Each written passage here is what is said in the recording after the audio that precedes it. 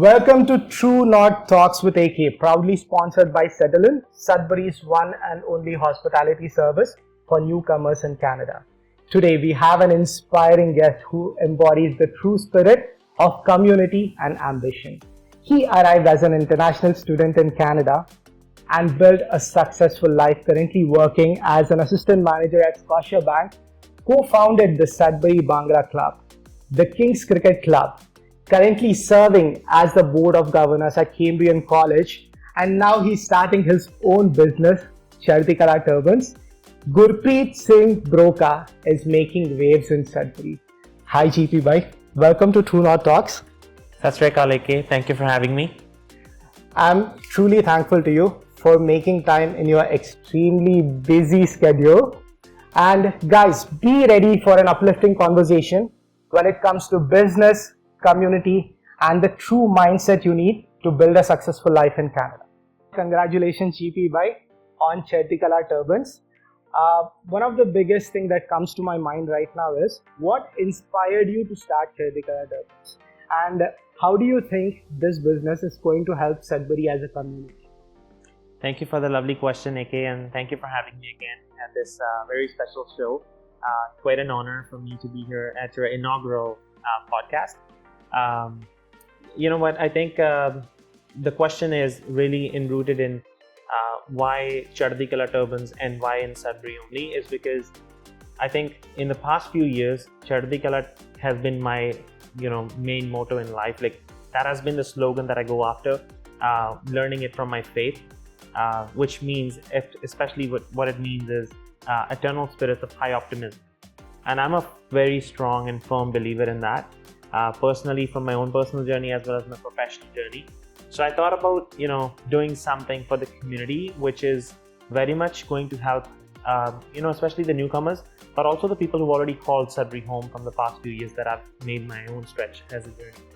And I realized that there's so many newcomers and immigrants that are coming in from the region of Punjab, or originally from India, I would say. And they're traveling here, but they've been looking for many things that are ethnic or authentic in their traditional attire, or the things that they go about in their day-to-day routine. One major thing that many Sikh population, community members is looking to utilize in everyday routine is turban. It is not just a article of faith for me. It is, and for many others. It is a part of your body. It is a part of your identity, and it is a very strong testament to the fact that we're firm believers in the ideas of and the ideologies of the Sikh faith. And this is one of our ways to express ourselves, to go about ourselves, to show how sovereign we are as individuals. So that's why the aspect of turbans was one thing that clicked me to create into a more, I would say, if it's a business, sure, in a materialistic way, I can say it is a business, but it is more for a community initiative mindset that I wanted to create an awakening within the local population to not leave the town to scout for these things, which are ethnic wears, which are traditional religious attires, but trust someone who is in Sudbury, who has been in Sudbury for past 10 years and above, and whom they can approach for a turban. That's why Chardikala Turbans. And we're proud to say we're serving with the high Punjabi spirit and the Sikhi spirit by bringing in a lot of other items to the store as well, which are a day-to-day routine used for the Sikh place of worship, which is the Gurdwaras as well. So for many of you may not know, it's not only Sudbury's first, but it's actually Northern Ontario's first initiative of this kind, and which I'm proud of doing because it really is close to my heart, and so is to a lot of many of the community members. That's why Chardikala Turban store in Sudbury. That's a great initiative, GP bhai. My next question would be, do you have a physical location or is it online? It is actually both. So we do have a walk-in location at 1820 Huntington Drive, Sudbury, Ontario, which is, in the heart of New Sudbury area. And, but because I already have my other chores as well, which you introduced me to a lot of people by giving a little bit of a bio, I am having a physical location. But also at the same time, if you are, wanting accessibility, and if I'm not there, there will be someone available for you to make sure that whatever you have, there is an availability for you to make sure that that item is provided to you at the time of your need. And there's a contact number 249-878-8606, which is 24/7 available regardless of the time. There's no time bound. You can text us, you can WhatsApp us, you can call us, and we will get back to you as soon as possible, or pick up your phone call and respond to your query. Thank you so much, GP Bhai. I know a lot of international students and newcomers in Canada are looking for something like this. Personally, I had a lot of friends who had to travel to Toronto or call someone back home to get some high quality turbans or accessories that you would need as a Punjabi, as a student in Canada. It's a great initiative. And I think I can certainly resonate to that, because myself, I had to look out for those options to see who's coming in next from India or Punjab, and who's coming in from Toronto, and one thing I missed a lot of times is the satisfaction to the quality of the fabric that you need. So this fabric that I'm wearing is a full voile turban. It is a 6.5 meters length, and it is a stitched turban. So there's different kinds of turban styles, different kinds of turban fabrics, and I'm proud to say that we provide all the major three kinds: the full voile, the rubia voile, and the mixed voile, as well as the F74, which is also a need for a lot of people who wear a turban in a traditional manner, which is the Dumala style. And if I have to explain this to you, the Dumala style of turban is Google Jagmeet Singh from the NDP. The style of turban that he wears is the Dumala style turban, which is the actual orthodox method of wearing it. So I'm proud to say that with the efforts we put it into Chardikala Turban store, this is all made available now in Sudbury, in Northern Ontario. That is amazing. If you had to explain the importance of turban to a Canadian born or a Canadian citizen in one sentence, how would you express it? Turban is a crown, and which you wear every day, and which brings you more sovereignty, which brings you more confidence, and a sense of responsibility towards yourself and others in society.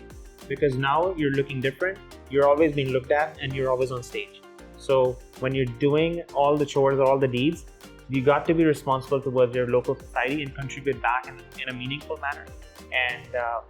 And I think it is why that crown is making you that king in your own way, and you don't have to look out for the worldly riches to be crowned upon. So when you already wear a crown, you're a king in yourself, and you have a strong identity, and you have a strong self-belief. So I think this is my way of looking at it. Thank you so much for explaining it to our viewers. We call them the True North crew. Okay, GP Bhai, a lot of my friends and international students and my own students who I teach at Cambridge and ask me this question. Someone like you who built an impressive career and has a respectable name in Sudbury as a community, a lot of international students, newcomers, foreign workers look up to you as inspiration, including me. Initially, when we met at TD, I used to look up to you as an idol. How do you handle this responsibility? Thank you for the lovely question, AK. I think a heavy question in itself. In terms of responsibility, I personally believe, as I was telling you in the earlier part of the conversation we were having, there's a sense of responsibility you owe to people around you who have made this possible, that you've learned so much throughout your journey.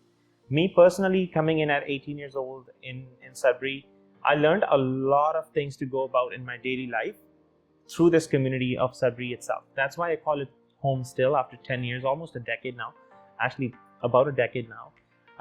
And I think when you have that sense of responsibility towards the level of care that you want to provide back to the people, it may not be the same people, because you learn from some and you give back to some, but at the end of the day, it goes a full circle. And I always am a firm believer that what goes around comes around, But at the end of the day, being very unique to your identity and being proud of that identity is very important. Many people come in and they try to get involved into a lot of things that are not their natural, and that's not their forte. That's not their cup of tea. So why to try and settle in when you are actually meant to be different, or when you're actually meant to have your own identity in your own respectful, meaningful manner? You may have your strides, sometimes the greatest, sometimes the not so greatest, right? You may have your ups and downs. You may have your own journey, which may be topsy-turvy, but at the end of the day, what is impactful is what is the influence you created on others. And even if it's that one person that you impacted the life, that is success to me personally. And your question is about how do you handle the pressure. I personally have never felt any kind of pressure, because I am a firm believer that when you're out there in the community, you're always on stage, and when you don't think about the pressure of the people watching you, the crowd that is looking at you, you do what is right, you do what is natural, and you do what is authentic, because that comes from the heart. And when you do whatever big or small, initiative, just do it with your full heart. Just give it your all. And you know what? If you have one person who's connected to that venture, for example, we spoke about Chardikala Turbans. If it's that one person that I'm able to help with this venture, that's one more than what I had before. So this is the way you look at it. This is the way you actually have that positivity around, creating that influence and continuing to do that in a flow, in a momentum, in a rhythm. And I personally, again, never felt that kind of a pressure. Yes, you always want to do what is best, and you may not be able to do that. And I've been personally of the opinion that you do, some great things, and you do not do some great things, which is not intended. But again, what goes around comes around. Always keeping in the, the effort alive, and putting in your hearts out in whatever you're doing is my main go-to. So. I feel like even if you have the willingness to help, you can't help every single person. How do you handle that rejection? I know 100 people text you, you can't help 100 people at the same time. How do you handle that situation?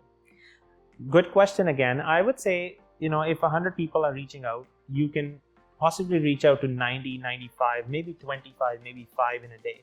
But that again gives me the confidence that, I've helped 5 or 7 or 20 or however many more than what I had helped yesterday. And it may be also coming back to the point that, do you feel what you're doing is actually right for this one person? And are you conveying this for the sake of conveying it just because you want to help that one person? Or are you actually helping them out to make sure that this spreads as a chain reaction, that this spreads as a word of mouth? So when you're helping one person, making sure you tell them what made you go through this challenge by yourself or together, what were the key factors that helped them succeed throughout that obstacle that they were facing.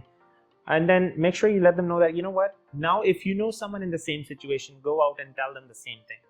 Don't keep it to yourself. This is the secret sauce. You cannot help 100 patients as a doctor at the same time. What you can do is you can treat the one patient, tell the people around that one patient that whenever you see anything in your life happening to this stage, make sure you do your precautions, make sure you do your preparations beforehand, and be prepared for the worst ahead of time so that you don't have to go through the same situation. It's not about the doctor wanting to make more patients.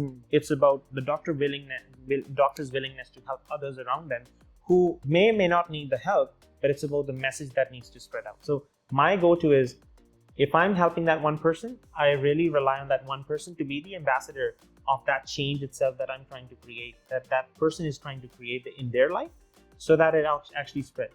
It's not a credit race. Many people here and there run for the credit that they want, right? It's about the impact you want to create, because that goes long term. And you know what? In one shape or form or the other, you will get your successes back in your own journeys in a different, meaningful manner. It doesn't have to be the same way. So again, secret sauce is you tell one person to do what to do from your examples and from your life stages, from your experiences, and you just rely on that message to flow. At work, I had this friend who is Canadian born. This question is from him. You as a Punjabi, you learned your own preachings as a kid. How did that shape your life now as a citizen of Canada? How did that preaching help you build a successful life that everyone is seeing right now? Again, you know what? Wonderful question to whoever posed this. I personally think that the teachings that you've gotten from day one till now, they've been very much inrooted and inbuilt in you as a natural person of who I am today. This is a part of my character. This is a part of my identity. So whatever my parents taught me, whatever I learned from the Gurdwara, whatever I learned from the way of Sikhi, as much as I can try to follow it, the teachings are, you need to make sure that you're personally staying true to them as much as possible, right?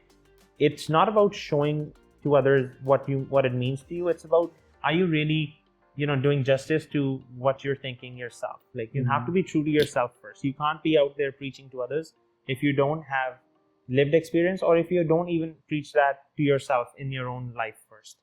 So my personal perspective is, and I always am a firm believer, because as much as of the history that I've tried to dig in myself or learn from the others and many scholars and podcasts, like, these informative sessions and many intellectual people that I've met so far in my journey, the go-to is, when you are learning from others, don't try to just make that the only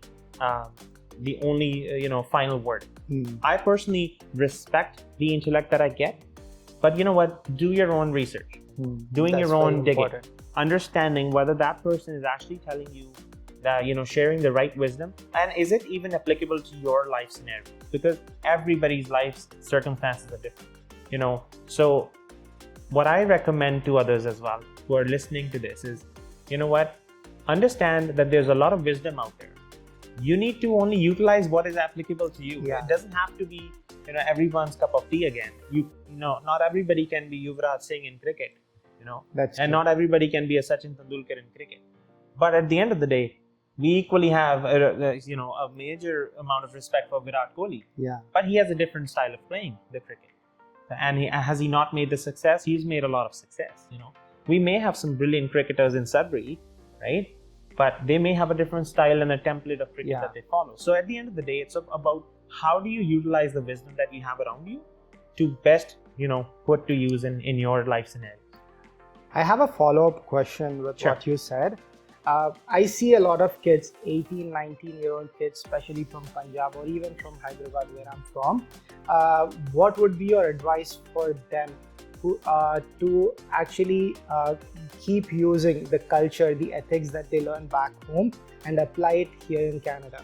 Because I know Canada gives you a lot of freedom. You have access to each and everything here, and there is no one to monitor. What would be your advice to such people? Thank you again for sharing this question. I feel like this question is a big responsibility now. In a way, yes, absolutely. I would certainly say, when you are bringing in your culture, your traditions, your norms, the ways of life that you're walking into, always have that window open for counter learning. You have to be coming into a society and be respectful about the norms that you go about now. You have to, as much as people say, you have to follow the rule of the land, right? The law of the land takes precedence sometimes. And understanding the culture, how do you actually share back? You can't always expect the same kind of responses and the same kind of influence to be created, which you may have had in, wherever you're coming from. It may be in a different way. It may be in a different setting. It may not be in the same format as I'm saying. But at the end of the day, you have to really find your own vibe, your own settling in. As we are in a settle in, it's not about settling in for less or more. It is about how do you settle your identity, your natural traits to go by, and try to connect it with the local audiences now that you're catering it to. So whether you're in banking, business, finance, whatever XYZ you're doing, it is about, speaking towards the rule of the land, the law of the land, and following that and having that utmost respect, because that is the same law of the land that allowed us to be here. That is the same law that allowed immigrants to come and express themselves, right? That's true. And make this, society, more diverse, more vibrant. So I think we owe it back to the society itself to have that openness, to counter learn, to share, but also to learn from others around the society itself. Because Canada is truly a land of opportunities. Yes. And I have a huge amount of respect for the Canadians, and especially for the greater Sudburyans, because I have personally learned a lot from many Sudburyans here. Yeah, to sum it up, I want to say that have the right people around you who have the same mindset so that you can grow in life. What do you think about it? And sometimes you may not have the right people around Yeah. you. Sometimes you will have, people who are surrounding you who does not connect to your vibe but are faking it. You know what? Staying true to yourself, to your identity, sticking to your principles at the end of the day is very much of the utmost importance. It is hard. It is not easy. Sometimes you have, sometimes you have ups and downs. But at the end of the day, what matters the most is like, did you stay your ground? At the end, you have to make the effort to stay your ground. That's good. Thank you so much, Bhai. Let's go to the third question. GP Bhai is a banking professional. He's an assistant manager at Scotiabank, and he's a licensed advisor at the bank. This question is from my audience. They want to know, if anyone wants to build a successful career in banking, what would be the cheat sheet? If someone wants to become like you, what do they do? What is your cheat sheet? What's your secret? If you can try and clone me, try to do that. However, jokes apart, thank you for this lovely question. To all the listeners and to all the viewers, my takeaway is this. When I was working where I was working before, one of my previous places, I've worked at a lot of places in my journey. However, I was just literally doing the job that I'm supposed to do. I was a cashier at a grocery store, and I was making sure that the numbers are right. I was making sure that I'm paying details attention, and being meticulous in my job in every single thing that I go about during my 8-hour shift. Somebody observed me and somebody recommended my name and said, you know what, you should really try and do this and that, and these are the things that you can go about. And which were those things is, go and see somebody at the bank and seek advice if you want to make a career there. That's an easy one. We have so many branches, so many banks, and respectful institutions who try to do the good, who try to provide the financial literacy. But my question to a lot of newcomers is, do you really take the approach of going and talking to a banking professional in person during your daytime and try to seek an appointment for just seeking the financial literacy that you need? A lot of times that we face a difficulty in explaining products and services to newcomers is when it's the terminology differences. We see that, we're trying to explain the sentence A, but they're already at sentence C because that resonates more to them because of just the terminologies that are different. So a glossary of things that you can find is when you are actually going to a bank of your own, whichever bank you bank with, go and seek the booklet or the brochure that allows you to read on the products and services that you're being catered. And then you can try to make sense of, whether a checking account is equivalent to a current account in India or not. Whether a savings account means the same way, is it the same way that was back home? And similarly, when you have the acumen, when you have the knowledge piece, when you have the wisdom around the products and services, it makes your interview, once you get the interview stage, easier to explain yourself, because you don't want to be sounding, not familiar with the offerings currently in this environment, in this culture, which are not fine-tuned to actually what they are today in day-to-day basis. Because as you would know, and I would know this already from working in the financial banking sector, things evolve so much and so rapidly that even sometimes the people who work at the institutions have a hard time, staying up to date with each and everything. So when you're actually sticking to the right things, the basics, understanding that those readings are important, making sure that the in-person connect is important. Taking a note of the courses that are provided by Canadian Securities Institute, many of them, such as the Personal Financial Services Advice, there's if investment funds in Canada, that course, the Canadian Securities course, there's so many ones that you can use as your startup to build your own, knowledge base that you need. And there, many of them are like self-study. So you don't need to really seek a tuition or extra classes for that. You can navigate them on their own online and then seek the assistance from the CSI resources, which I personally used a lot. But also, talking to that one banking professional in person really helps a lot. So I personally would, request, if you are someone who wants to make a career in a banking field, in any of the banks of your choice, do put in the effort to go talk to someone in person to seek the actual advice to stay on top of the current scenarios right now. A lot of times we're hiring online, and the branches or the banks at the ground level do not have the access to the actual applicants or the list of applicants. So we may not be able to actually scout you out of the 100 people who apply. But if you are the one who is passionate, who knows how to go about the familiar products and offerings, then we may think that you're the right person who can probably do the same level of service that you were doing at your other job. And you can probably a banker. Similarly, when you go to a restaurant, if you get the real piece of right advice, you choose the right cuisine to offer to yourself. That's true. You know, so what you actually do really makes the difference in what you actually end up being. It's not about the advisor that is giving you the advice, it's the manager who's giving the advice. It is actually about whether you're making the first attempt to go and say the first hello to a banking professional or not. And I would say, you know what, go out there, scout and, you know, search for these people, understand, you know, what their journeys have been. It could have been a bit different to me, and so is to yours. Yeah. But at the end, it's about, you know, whether you do the first move yourself or not. So Thank you so much. So as a follow-up to the previous question, a lot of my students as well as the newcomers in Canada want to know what is your secret, what would be your advice to them as a newcomer in terms of finances, managing their finances as an international student. Sure. So I would say that one of the few key things that I personally recommend to any newcomer, to anybody who's new to this, you know, the banking ways is, you know, you need to have budget planning. A strong budget really is the key to your future long-term financial well-being. And how do you create the budget is, if you don't know how to, there's many tools and resources available online, but go speak to your banking professional. Make an appointment, understand that, you know, they are there as dedicated advisors and they're licensed in many of the time, that they can provide you the right products and services that you actually need to plan ahead of time. But the second thing that my personal recommendation is, always save for a rainy day fund. You must have a resource as an emergency access for whatever happens, and unprecedented scenarios do happen. Many times we're totally unpredictable about, you know, what is next up in our game, in our life. You must have a resource, you must have an access to a certain solution. Again, seek the actual advice from a licensed financial advisor at your institution for having a saved up rainy day fund.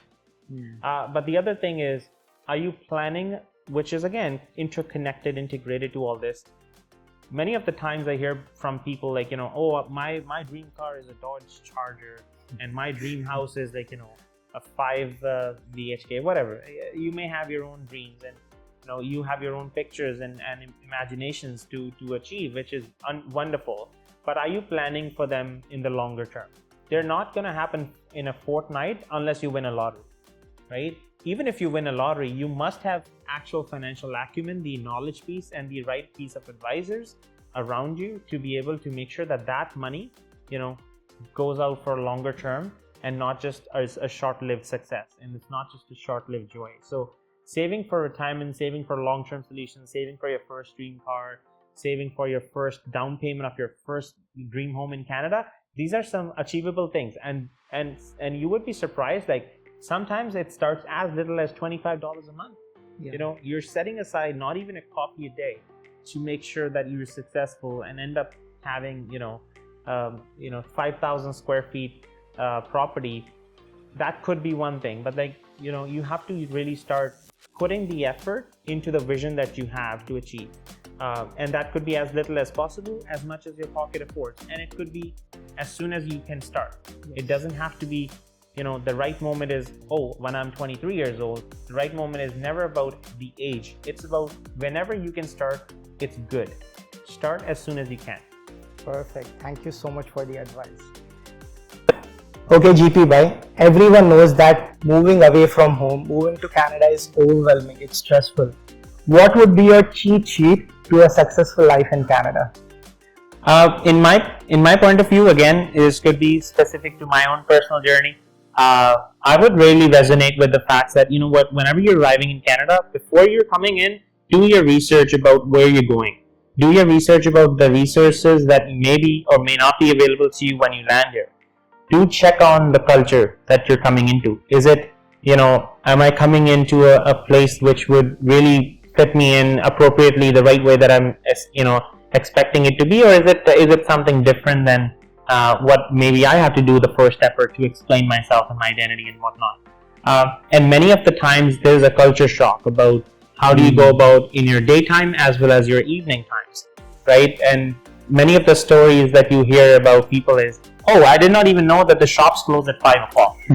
Just as an example, not necessarily that it means that the 5 o'clock is the closure for everything around here. Just saying that some people will have the presumptions about many of the businesses, many of the ventures that we have in Sudbury and other places that they may want to go to. Do your research. Do check on the place you're going in. You must have your pre-arrival checklist is my second thing. You've searched about the place you want to go to, destination dream city. Okay. What is about the dream city? You already know that. But have you done the right effort beforehand to arrive, right? Because you don't want to come into a surprise where you haven't done the things that you were supposed to do. And it could be as little as buying the right kind of charger for your phone. Yeah. Phone connects you to the entire world.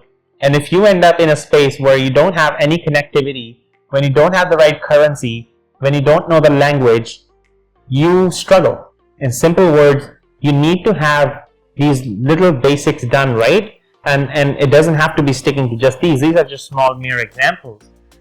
Making sure your pre-arrival checklist is there. And not only that, to yourself, don't keep it to yourself. Keep it to at least one emergency contact, that, hey, I'm leaving to this country, this is my dream city, and I will be landing this in this time. Make sure somebody's informed about that. Because if you are ever in trouble and you need support, that person will be at least in the scheme of things and what's going around, what should be happening, what is not happening, and whether it's happening the way you expected it to be or not. Once you've done and once you've landed in the society, you need to make, firm and right solutions. And they may not be about banking. They may be just about going about your classroom study programs. Are you making the right choices with, making friends with these people who really want to do good in their studies? Major thing I find in a lot of international students that they come in is like they get influenced by part-time work, and that distracts them from the part-time study or the full-time study that they've taken to come to Canada. And if that's your scenario, listen to me. You come in to study, make sure you're focused, because that is going to give you long-term success. Part-time work is there to support you currently in a shortened time scenario to do your budgeting, to make sure you're able to pay your rent and other expenses. But make sure your focus stays where it should be. This is exactly what you came to do. So please follow that. The guideline is simple. Listen to your professors, listen to your deans and coordinators, but be communicative. You don't understand something? Ask questions. Have the confidence to share it with one extra person, the third person or the second person that you may know around the classroom, to express your voice and say, I really did not get this. Because I'll tell you this, when I came in to study something, there was a version about a rebar or a talk of rebar, and I had no clue what a rebar is. Simple question, raise your hand, ask a question, you understand what a rebar is. Because you want to lay your foundations right, and if the threshold is good, you know how they say the heat really goes out when the threshold frequency is good. Yeah. At the end of the day, you have to make sure you're doing true justice to yourself, because there's many a times as an international student, you come in yourself personally and you have no friends, no family around you. So when you come in, make sure that you are really solely responsible for that decision you're making, but also stay true to it. Don't think about the consequences ahead of time and be pressured with it. Let the world give back to you what you actually deserve. And you may fail sometimes, you may win sometimes. It's always about the learnings, right? You may make decisions which are not wise. Don't be proud of that, but at the end of the day, be proud of the effort you made and think about what could you have done better? What could you have done differently to avoid the situation you're in? Throughout the journey, you also see a lot of people. Make sure you have the right choice of people, right surroundings. And you may not be surrounded by 20 people. You may only need 2 people at the right time who can do the trick for you. So it doesn't matter how many people you have around. It is about the quality of people you want to have around, right? And if you're really influenced by someone or inspired by someone, try to make the effort to connect to that person, or use your resources to see if you can connect to that one person to understand what did they do right and what did they not do right, to then bring it back to your own personal journey and try to shape your own career. That's my main pieces of cheat sheets, is like, before and after is very important. Yeah. And I think that paves your way towards a successful personal. Thank you. Thank you so much for your input. Okay, GP bhai, on a final note, if I came to you for an advice to build a successful life in Canada, what would you tell me? Thank you for this lovely question again. I think we spoke about a lot of, the principles that we should stay by, the uniqueness of identity we should really stick to. What comes down to is when we speak about, when we really say the national anthem of Canada, we talk very bravely and very strongly, very confidently about true north, strong and free. And I think I really love the name of the show, True North Talks. Yeah, True North Talks. Exactly. So when you're actually staying true to your identity, to yourself, that really paves the way. Now, how do you lead a successful life? You may have different walks of life, different spiritual beliefs, different kinds of wisdoms that you're carrying. You could be a doctor, you could be a dentist, you could be, an aesthetician, whatever. Whoever you are as a professional doesn't really necessarily shape you as a person. Being a good human being, being a good human at heart, really comes down to what you're doing in your day-to-day life, whether personally or professionally. It's about the nature of, of your identity that you built around you that makes you go known as a person. People will always remember you for the right kind of authenticity you provided to them with your advice or with your actions, with your virtues. People will not remember what food you gave them exactly, but people will remember that you gave them food. So what mattered the most is your action, not about how you did that. What matters the most is what effort you made. So when you're coming in, and if you may have your own pathway to success and you've already had a very wonderful, successful life, coming here might be an opportunity for you to inspire others, might be an opportunity for you to make other people successful around you by sharing what you did right. But at the same time, as I said, there should be a window of counter learning. Coming into a new place, new society, new norms, new cultures brings in an opportunity for you to really learn and add to that wisdom and add to that respect that you're already governing and you're commanding. Now, how do I do that? Is by really speaking to anybody around you. You come here, you seek advice from everyone around you. Be open to everyone around you. You can't be restrictive to just, I'm not going to talk to this person because this person looks like that. If you do that, somebody's going to do that to you. How's that going to make you feel? That's true. Being open to your culture. So for example, when we were talking in this show, you said you come from Hyderabad. I come originally from Punjab. But I think we still make good friends. Yeah, that's true. Right? Regardless of the background, the origin, the culture, the traditions, the language we speak, what connects us is a human bond, right? So being a good human, being a good-natured person in your own way is really meaningful. That is actually going to be like your key to success, because you can teach somebody the clicks and the processes and the systems and the S3s and the C3s in our world of banking, but you may not be able to teach a character to someone. A character is inbuilt, it's natural, it's intrinsic, and it is sometimes latent, it is sometimes hidden, because not everybody is going to be an extrovert. If somebody's an introvert, maybe make the attempt to go and talk to this person, because this person might be struggling but does not have the courage or does not have the comfort level to speak to you, right? So when you're coming in, you will see people around you who are either doing wonderful or not doing so great. So when you have that opportunity, it's a big window, it's a big spectrum, and it is for you to really enrich yourself with all these circumstances and make yourself into a mature human being, and then say, you know what, I've learned so much throughout my personal journey, throughout my professional journey, that now I'm ready to give back or continue to give back the way you want to give back. That is simply your key to success. There's no one key to success. There's many keys to success. These are just my personal opinions, my personal, ways of thinking about it. But you know what? Choose your own way. Choose your own pathway. Be proud of it. You will have the tough, times, and you will also have some great times. What matters the most is, again, have you done your effort? Have you done the first attempt? Go speak to someone who's a stranger. For my personal journey, I spoke to someone whom I did not know. I did not know this person will speak English, Hindi, Punjabi, Urdu, whatever language. I just said hello. That hello saved someone, right? I'm not saying it was equal to that situation, but maybe someone of the not of that same mental mind frame or the frame of mind, the things could have been different. You can actually feel there's a vulnerability there too.